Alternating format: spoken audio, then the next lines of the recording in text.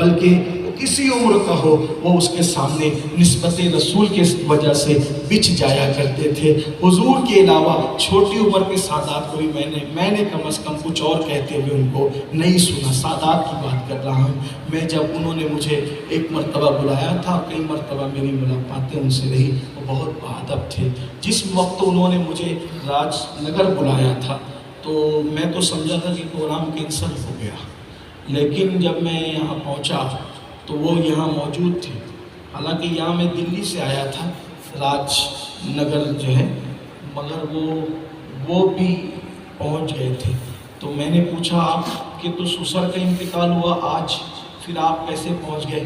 تو انہوں نے کہا سسر کا انتقال تو ہوا تھا حضرت، لیکن آپ کو میں نے بلایا تھا تو مجھے اچھا نہیں لگا کہ آپ پہنچ جائیں اور میں نہ پہنچوں، تو میں سسر کی میت میں شریک ہو کر پھر چونکہ آپ آ رہے تھے تو میں بھی آ گیا۔ آپ اندازہ کریں باپ کا انتقال ہو جائے تو بندہ اتنا اہتمام نہیں کرتا، سسر کے اہتمام میں زیادہ اہتمام کرنا پڑتا ہے۔ اس کی وجہ یہ ہے کہ باپ کا غم صرف انسان کو خود کو ہوتا ہے، لیکن سسر کا غم اس کو ہوتا ہے جس کے غم پر انسان غمگین ہو جاتا ہے، تو اس وجہ سے انسان کو بڑا خیال رہتا ہے۔ تو اس وجہ سے یہ کیفیت، لیکن اس کے بعد سسر کی موت کے بعد، سسر ہی کی موت تھی یا بہرحال اور ان کے وطن میں مجھے یاد تو یہی آ رہا ہے کہ ان کی سسر ہی کی موت تھی، ان کی سسر ہی کی موت تھی۔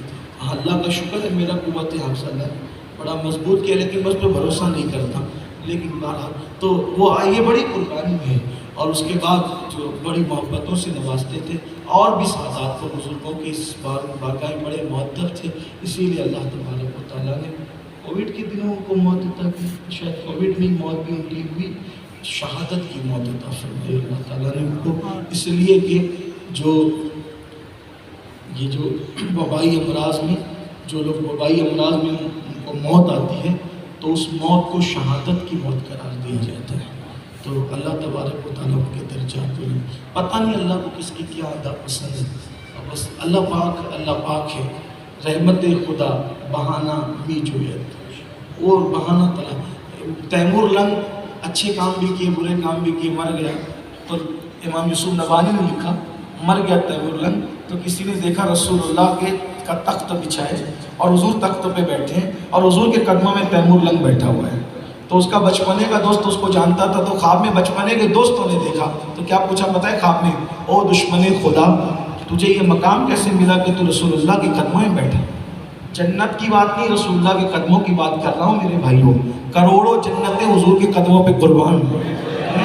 جب ماں کے قدموں میں جنت ہے تو حضور کے قدموں کی شان کا عالم کیا ہوگا؟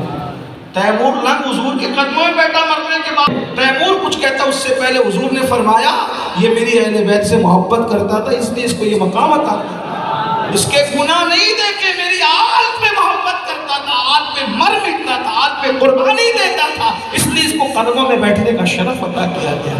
یہ ہوتا ہے حضور کی اہل بیت سے محبت کا۔ اللہ پاک ہم سب کو توفیق بخشے، صوفی صاحب کے درجات بلند فرمائے، اللہ ان کے بچوں کو ان کا صحیح جانشین بنائے، اور اللہ تعالی ہم سب کو سچے مومن کی حیثیت سے زندگی گزارنے کی توفیق عطا فرمائے۔ سچا مومن یہ ہے انہیں جانا اب انہیں مانا، نہ رکھا غیر سے کام، للہ الحمد میں دنیا سے مسلمان گیا۔ استغفر اللہ ربی من کل ذنب واتوب الیہ وما علینا الا البلاغ۔ السلام علیکم۔